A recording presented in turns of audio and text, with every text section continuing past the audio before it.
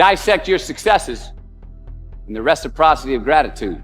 We so often focus on failure, don't we? When we study failure, obsess with failure, we dissect failure and our failures. We dissect them so much we end up intoxicated with them to the point of disillusion. You see, happiness is an emotional response to an outcome. If I win, I will be happy. If I don't, I won't. It's an if-then, cause and effect, quid pro quo standard that we cannot sustain because we immediately raise it every time we attain it. You see, happiness demands a certain outcome. It is result reliant.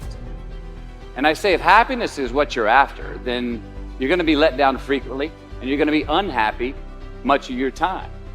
Joy, though, joy is a different thing. It's something else. Joy is not a choice. It's not a response to some result. It's a constant.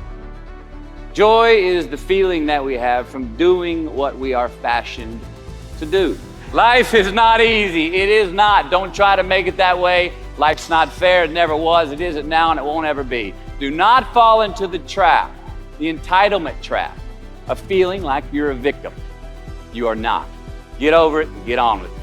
And yes, most things are more rewarding when you break a sweat to get them. So be brave, have courage, and when you do, you get stronger, you get more aware, you get more respectful of yourself and that which you fear. My hero, that's who I chase. Now, when I was 15 years old, I had a very important person in my life come to me and say, who's your hero? And I said, I don't know, I got to think about that. Give me a couple of weeks. I come back 2 weeks later. This person comes up and says, who's your hero? I said, I thought about it. You know who it is? I said, it's me in 10 years. So I turned 25, 10 years later. That same person comes to me and goes, so are you a hero? And I was like, not even close. No. She said, why? I said, because my hero is me at 35.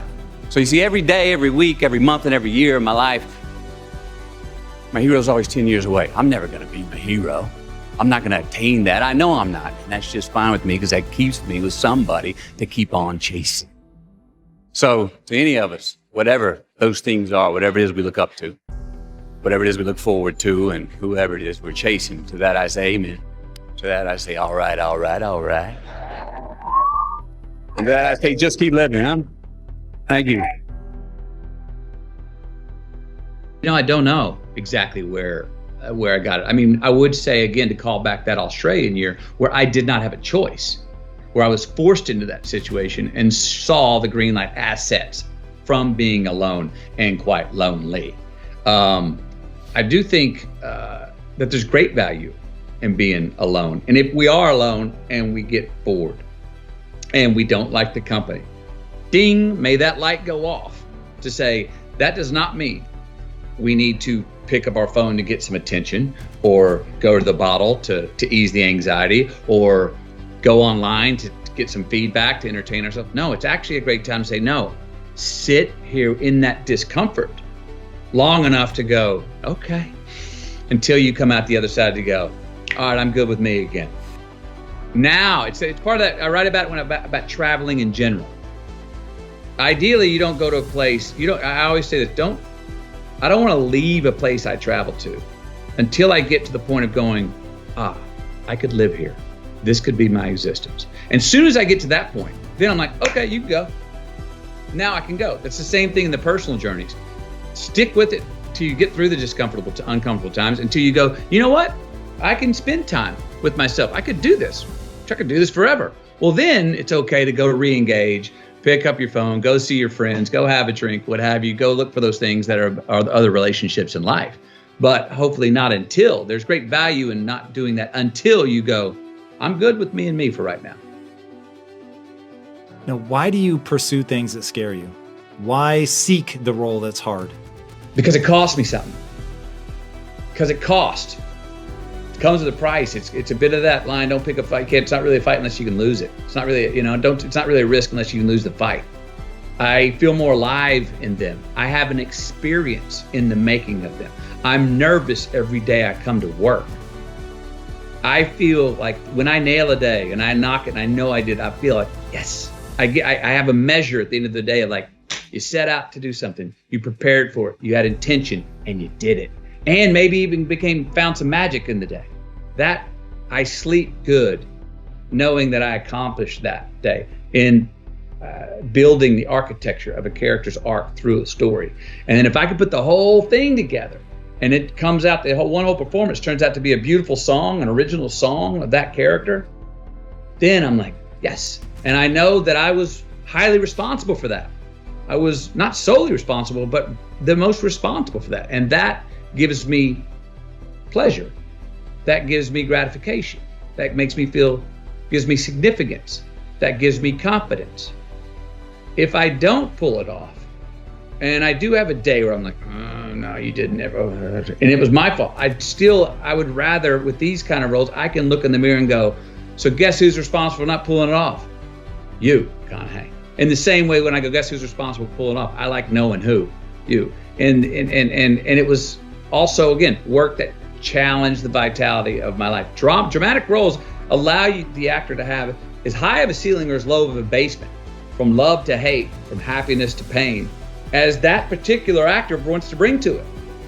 That's what's inherently beautiful about dramas. Okay, you're the part, you're playing the role. Are you going to emulate that person through yourself? That is a vital thing. That I feel, that makes me sweat. That makes me sleep better at the end of the day. That gives me a sense of accomplishment. I'm like, yes, I did what I intended to do. I prepared for it, was ready. Oh, the day didn't go how I thought it was going to go. But I called audibles along the way, enrolled, and still told the truth on my man, the character. That gratification feels good. Unbelievable is the stupidest word in the dictionary. Should never come out of our mouths. Think about it. To say, oh, wow, what an unbelievable play. It was an unbelievable book, an unbelievable film, an unbelievable act of courage. Really? It may be spectacular, it may be phenomenal, most excellent or outstanding, but unbelievable? Give others and yourself more credit. It just happened. You witnessed it. You just did it. Believe it. Give your obstacles credit. That there's a responsibility to freedom, and that there is freedom in responsibility. You know, and that earn your way there. We remember the stuff we earn, the stuff we experience, more than what the teacher tells us or what someone gives us for free. We just do. We broke a proverbial sweat on it, whether it was mental or physical or whatever. We built it. We understand. We felt how we got it, how we achieved it, how we got what we wanted. Those stick with us. Whether we forget them intellectually, they were written in our lineage, and they build resilience, and they build a healthy, true optimism going forward to know that, oh no, I've worked for something before and achieved it. Delayed gratification. Oh, there are choices I can make today for myself that will pay me back later in life. So there are choices we make. If you're going to say right now, I'm going to lie, cheat, and steal to get what I want, and I got it. I got an immediate green light for me. That's a battery-powered green light. That's not a solar-powered green light. Why? Because now, everywhere I go, I got to look over my shoulder to see if someone's there that I lied, cheat, and stole from. And when I'm doing that, I'm stealing whose time? My time. Now I'm not freedom. I'm not free. I don't have the freedom. I didn't create freedom in my future because I chose to make an irresponsible act that I left crumbs. I've now got reasons to look over my shoulder. And the more things we do to create in our future that we got to look over our shoulder, the more of our most precious thing we have in our life's time that we're stealing from ourselves.